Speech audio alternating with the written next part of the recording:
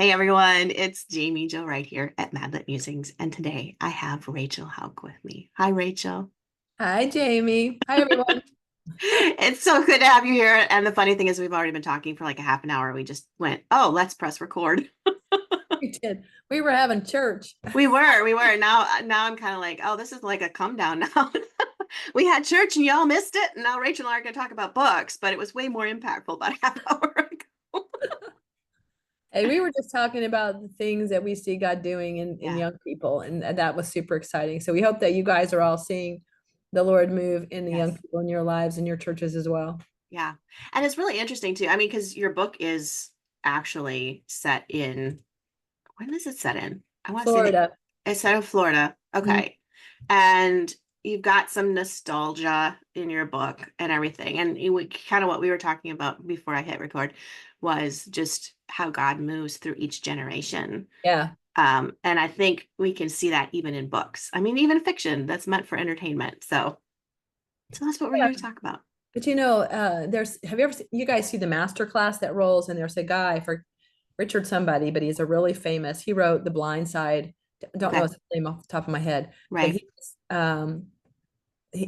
his master class starts with, if you want to influence people, you need to tell stories. Yeah. And Jesus, whenever his disciples said, wait, what are you talking about? And he'd say, Hmm. well, let me tell you a story. Yeah. And I Yeah. feel like that's the power of story that we have. And if we have the view of heaven Hmm.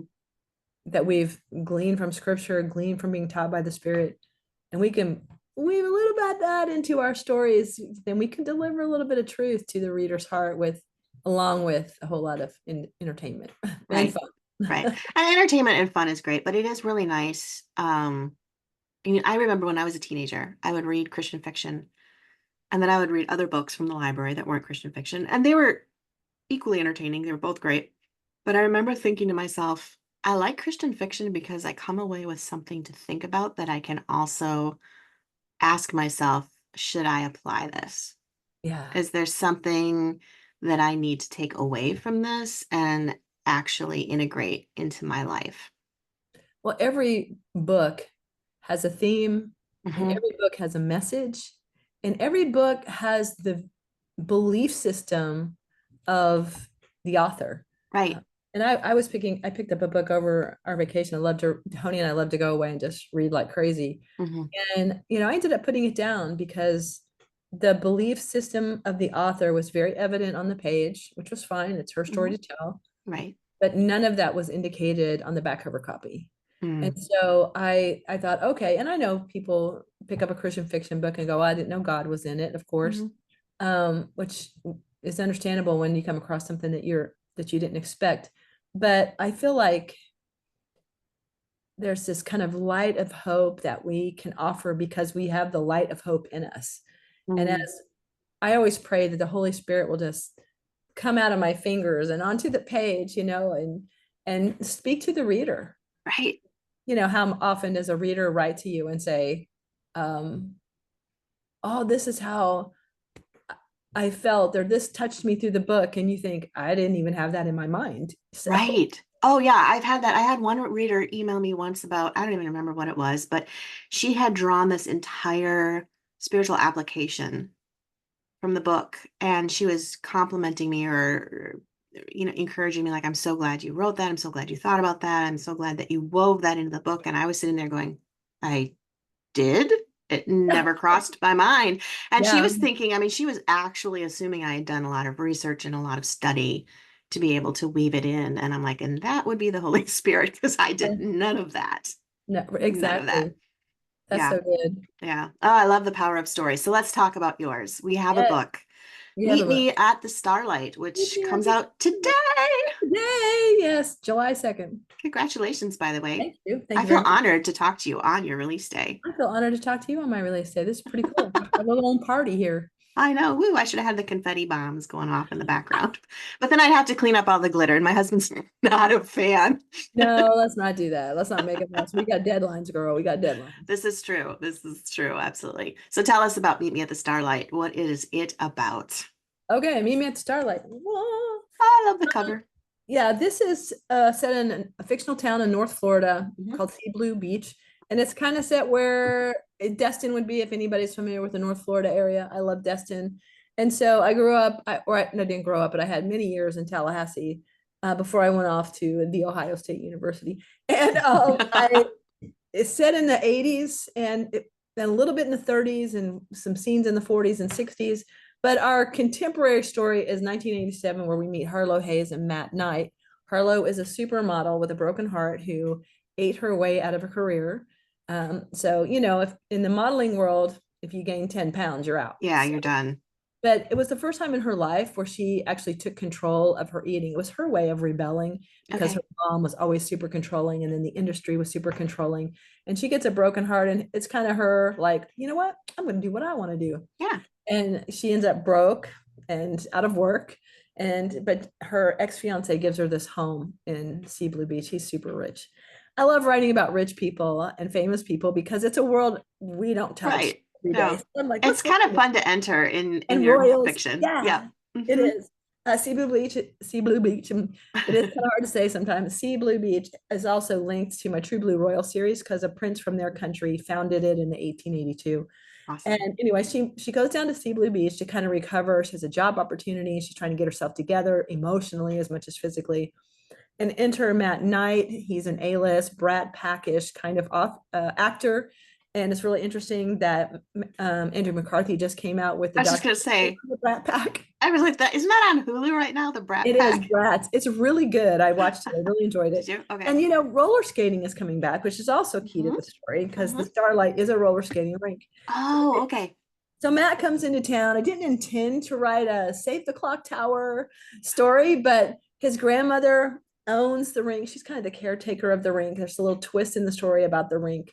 And she calls Matt and she goes, I think we're going to lose it to progress. I think they're going to tear it down. Hmm. In the 80s, that part of Florida was really booming and growing. And so Sure. she's like, come and help me. And he needed to get out of Hollywood for a little while. So he comes and there's a really cute meet cute between Matt and Harlow, and they were actually on a movie together, but nothing happened. But they had a little bit of chemistry, and Okay. so there they are in Sea Blue There Beach they are. together. Like what a coinky dink! And the his grandmother Tuesday is another character in the story, and she's just a stellar woman. She's super strong. She's married to a guy, World War I vet, and he's trying to find his place in life, and he ends up running with the mob. And Oh, this no way. Tuesday just stands up to him every single time. But you absolutely know she loves and adores him. Like Yeah. he is her everything, but she's not going to take his stuff.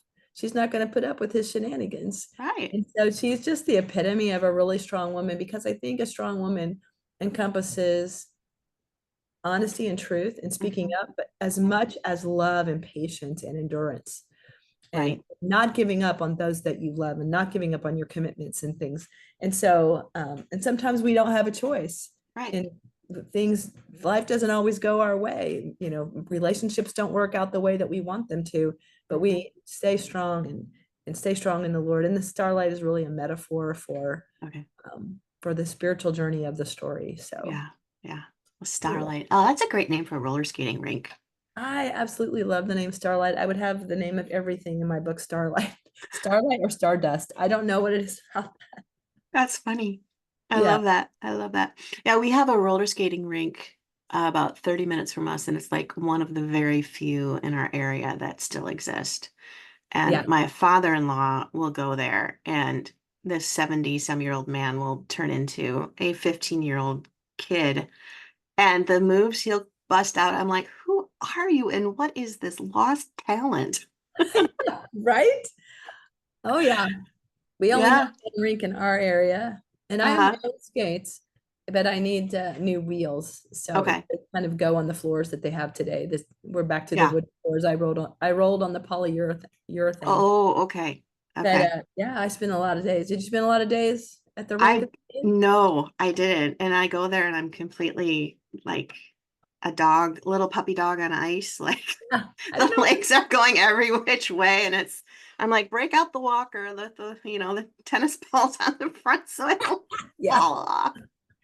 that's really funny. My older brother he was an avid skater, and he, Okay. he could do the moves. He could do the shuffle. I never learned quite to shuffle, there's a couple of brothers on Instagram that skate and show all their moves, and they have Mhm. buddies who skate with them. Yeah. And they're so good, and they play all the songs that we skated to from the 70s and 80s.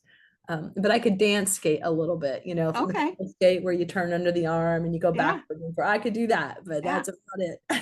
That's good. That's good. I can go about 2 steps, then I fall really gracefully.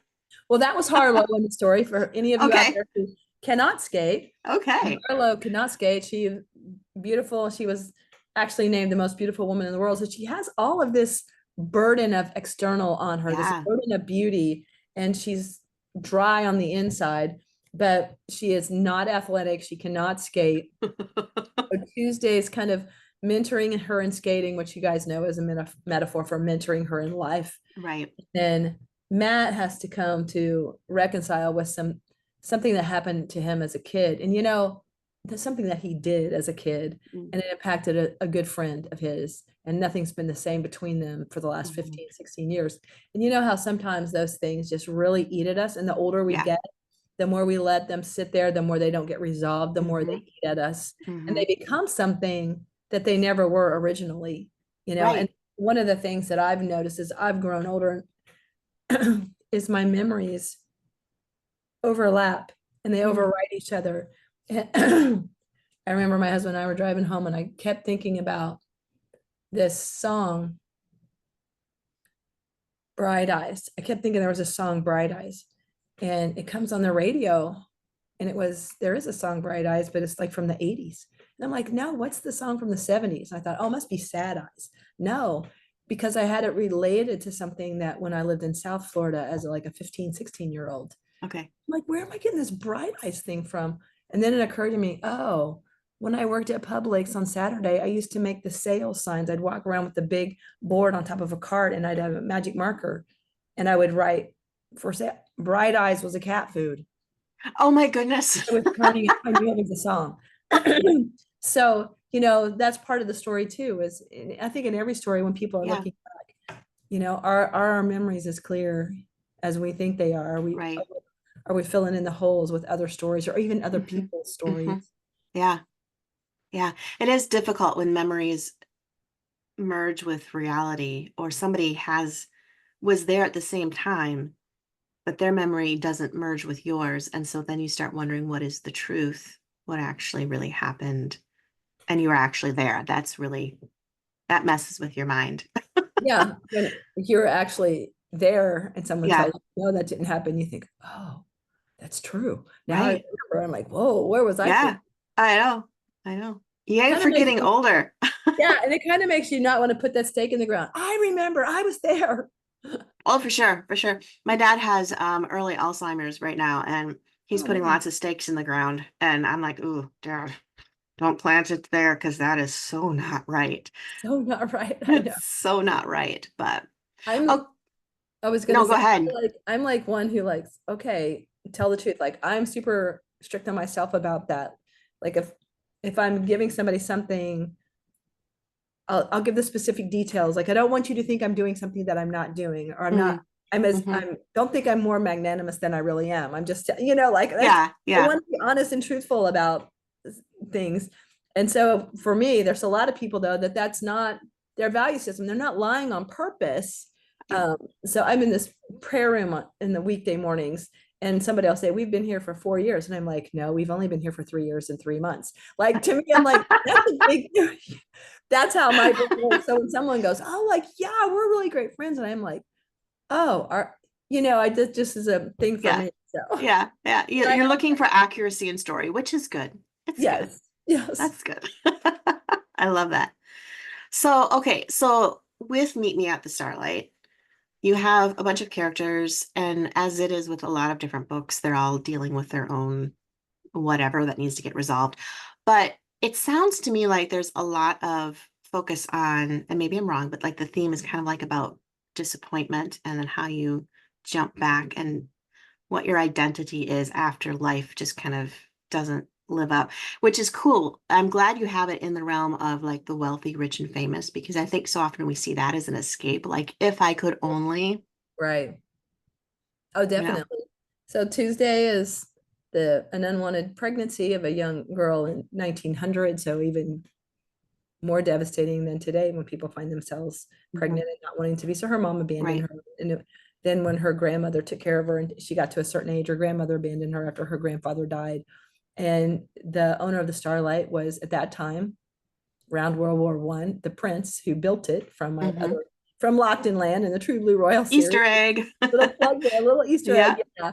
And he takes her in, and um, then she meets Leroy and falls in love, has a couple of kids, and she really, really loves Leroy. She really does. But for her, the Starlight, Sea Blue Beach, Leroy, though, that's her family. That's all Mm, she has. She never even met her mother, or she doesn't have a relationship with her. sure. And then we see Harlow, his Hmm. mother.